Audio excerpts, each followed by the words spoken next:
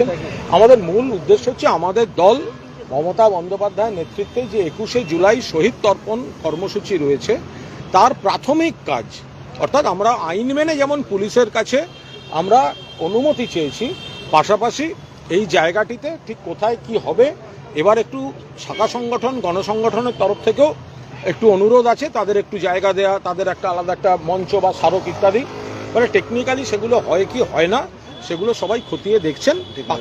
বাকিটা ডেকোরেটর মাপজোক করে নেওয়া হচ্ছে, বাকিটা নেতৃত্ব সিদ্ধান্ত নেবেন। আমরা আইন মেনে ল অ্যাবাইডিং সিটিজেন আমরা দিয়েছি, এটা গেল এক। দুই, 1993-এর ২১শে জুলাই আন্দোলনটা মমতা বন্দ্যোপাধ্যায়ের নেতৃত্বে হয়েছিল। এখন যে চারানা নকুলদানারা যাদের ক্যাশমোমো হয় না, যারা বড় বড় কথা বলছেন, তারা অনেকে সিপিএম করতেন তখন, তারা কেউ মানে মমতা বন্দ্যোপাধ্যায়ের এই আন্দোলনটা দেখেননি।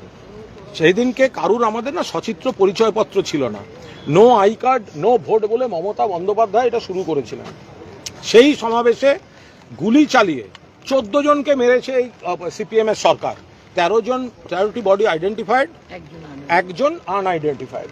তো এখন সেই জায়গায় দাঁড়িয়ে প্রত্যেক বছর সেদিন মমতা বন্দ্যোপাধ্যায়কে খুনের চেষ্টা হয়েছে এবং আহতের সংখ্যা দোলা কত হবে, প্রায় 100-র মতো, বেশি। তো ফলে এখন সেই জায়গায় দাঁড়িয়ে মমতা বন্দ্যোপাধ্যায়কে পুলিশ সেদিন অচৈতন্য অবস্থায় তুলে নিয়ে যাচ্ছিল। আমি আমার তৎকালীন অফিসের গাড়িতে, পুলিশের গাড়ি থেকে মমতাদিকে বার করে প্রথমে মেয়র রোড, তারপর এসএসকেএম, তারপর উডল্যান্ডসে ভর্তি করে তারপর বাড়ি যাই। কারা বলছে ২১শে জুলাই নিয়ে? মমতা বন্দ্যোপাধ্যায়ের নেতৃত্বে আন্দোলন হয়েছিল, কারা বলছে এই কথাগুলো? এবং তারপর থেকে প্রত্যেক বছর এই দিনটি শহীদ তর্পণ মমতা বন্দ্যোপাধ্যায় করে থাকেন। এটা যে কোনো নেত্রী রাজনীতিতে এটা একটা নজির, যে এইভাবে শহীদ পরিবারদের শ্রদ্ধা জানিয়ে, শহীদদের শ্রদ্ধা জানিয়ে, শহীদ পরিবারদের সম্মান দিয়ে যা হয়ে থাকে। এবার বলবেন কেন ধর্মতলা? তার কারণ এই জায়গাটা ঘিরেই তো গন্ডগোলটা হয়েছে, এই মোড়েই তো ডেড বডি পড়েছে।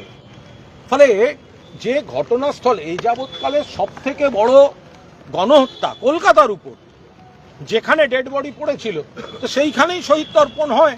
আপনি যোগা দিবসের জন্য 7 দিন রেড রোড বন্ধ রাখতে পারেন, আর কলকাতা সাম্প্রতিককালের সবচেয়ে বড় গণহত্যার শহীদ তর্পণের জন্য একদিনের জন্য এক বেলার জন্য আপনি দেবেন না, পারমিশন দেবেন না? এটা হতে পারে নাকি কখনো?